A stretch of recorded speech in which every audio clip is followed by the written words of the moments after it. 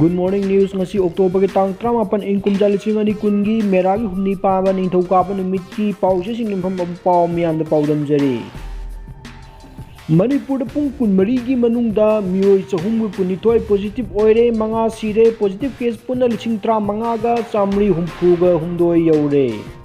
Haukiba pung kun mari sing manungda general gi oina mioi chahum ga mapan amasong central armed police post ki personnel tara humdo yauna punna mioi chahum ga kun ga nithoi COVID-19 positive oire mioi mangana laikidre asiba masing asi chamang tara taruk sukre huji phawbo state asida COVID-19 positive case asi punna lising tra manga ga chamri humpu ga humdoi sure recovery rate na cha do humdra manga dasmik manga mapan ani da haithakre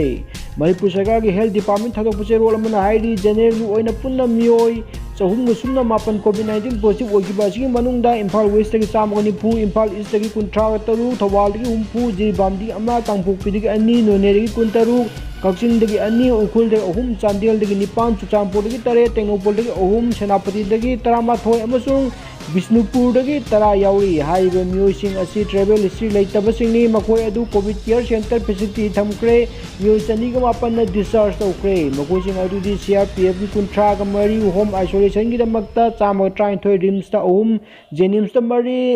lanba dagi ahum chat baban dagi ani none dagi ahum yunako dagi kuntra pier kakching dagi tara mari lamboi khonang khong dagi humpu humdoi tamenglong dagi ahum Tike ukul dagi ahum Kangpokpi dagi manga lamding dagi taruk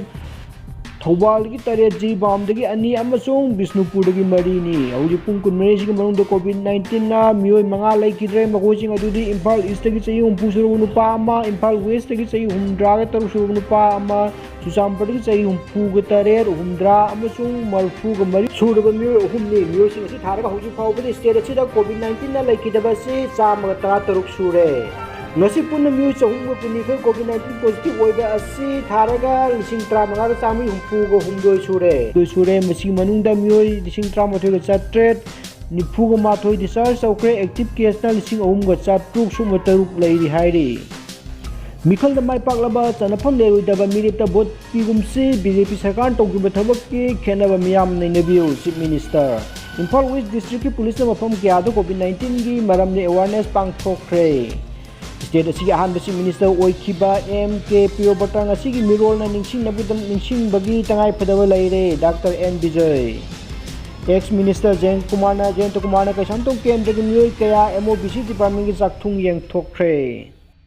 Phi lo haiba warep hena chetsin kre ek chem na sarkar na akan pressure pigidori Indo-China border ki tension yenglaga Union Home Secretary Ajay Bala ki service matam tha mapan thangdokre Rajasthan da am ek ki makha da pharaba matung positive oirpadagi laying liba bandi ama covid ward tagi lona chen khre ngamkai ki matang da Mizoram amadi Tripura ki marakta chaun ungkhatlare ngasi ki matang sida pauche sing inform pau miam da paudam jablo jare yengbi no pung khuding pu thar phongduk chari amadi channel asina adom bukana bhangbirabadi channel asibu subscribe amadi bell notification icon nambi duna channel asibu support tawbiu